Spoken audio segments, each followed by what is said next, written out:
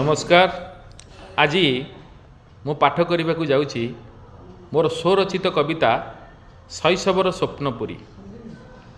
आमे अतिवाहित करी आसीथिबा आमर पिलादिन अधिक मधुर थिला। ए पिलादिन रे आमे अनेक दुष्टामी करिचे, अनेक स्मृति सब छाड़िकी आसीचे। ताकू मु मोर कवितारे स्थान देइछि। जदि आपण मानकु भल लगे लाइक करिवे एवं मो चैनल को सब्सक्राइब करिवे। शैशवर स्वप्नपुरी मिछिमिछिका घर पिलादिनर सढ़ई खेल होइछि सात पर। नाली गुलु गुलु साधव बहु सबुजिमा घासे चाली पिला मन मोर खोजी बुलुथिला चिरामिरा दी आसिली।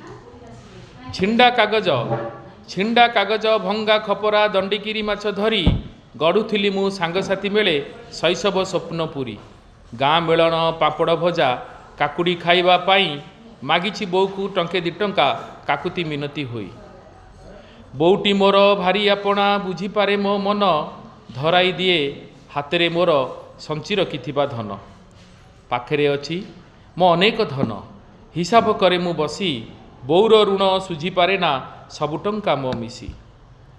बापांका गाली माड़ खाई कटिछि खराप बेल बापांका गाली माड़ खाई कटिछि खराप बेल माड़ नुहे से तो जीवन गढ़िबा पाई थिला कौशल। शीत काकर ग्रीष्म पखर नथिला मोर मने बापांक परी देह रखी थिले परा पिला दिने। तोलिछि केते बाली घर मु खेलरे मिसी तोलिछि केते बाली घर मु खेलरे मिसी धरिछि केते आकाश चंद जेजेमा कोले बसी। रांधिछि केते मिछिमिछिका डाली भात खीरी पुरी गढ़िछि केते मोकु निहाते शैशव स्वप्नपुरी। देखिछि केते बाउंस नाट सापुआ केला खेल देखिछि केते बाउंस नाट सापुआ केला खेल। गाँ दांडर धूली खेल रे कटिछि अनेक बेल बही बस्तानी पकाई कांधे जाइछि चाटशाली। पाठ न पढ़ी अवधान कंटू खाइछि माड़ गाली। बरसा दिने भसाइछि मु कागज डंगा करी गाँ पिंडारे बसी देखिछि ओळीरू पानी झरी। आंब तोटारू चोरी करी पड़िछि पुणी धरा माड़ भयरे एणे तेणे बुलिछि दिन सारा। पेंडुटे किणी ब्याट धरी गढ़िछि क्रिकेट दल सांगसाथी मेले खेलरे कटिछि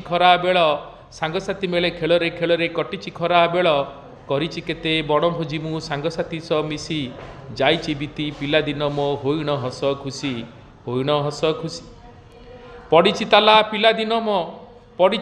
पिलादिन मो समय सिंधु करे से कथा भाबी अजानतरे आखिरु लुह झरे। पड़िछि ताला पिलादिन मो समय सिंधु करे से कथा भाबी अजानतरे आखिरु लुह झरे। खोजुछि आजी पिलादिन सांगसाथीर मेल जाइछि नेई मधुर दिन एही निष्ठुर काल। बयस संजरे उपनीत मु समय पाराबारे जीवन नौका बाही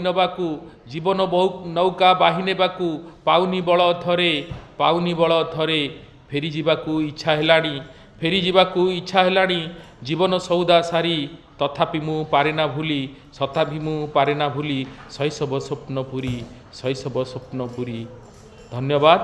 जय जगन्नाथ। जदि कविताटी आपण मानकू भल लगी थाए ताले मो चैनल को सब्सक्राइब करिवे एवं छोटिया लाइक करिवे। धन्यवाद। जय जगन्नाथ।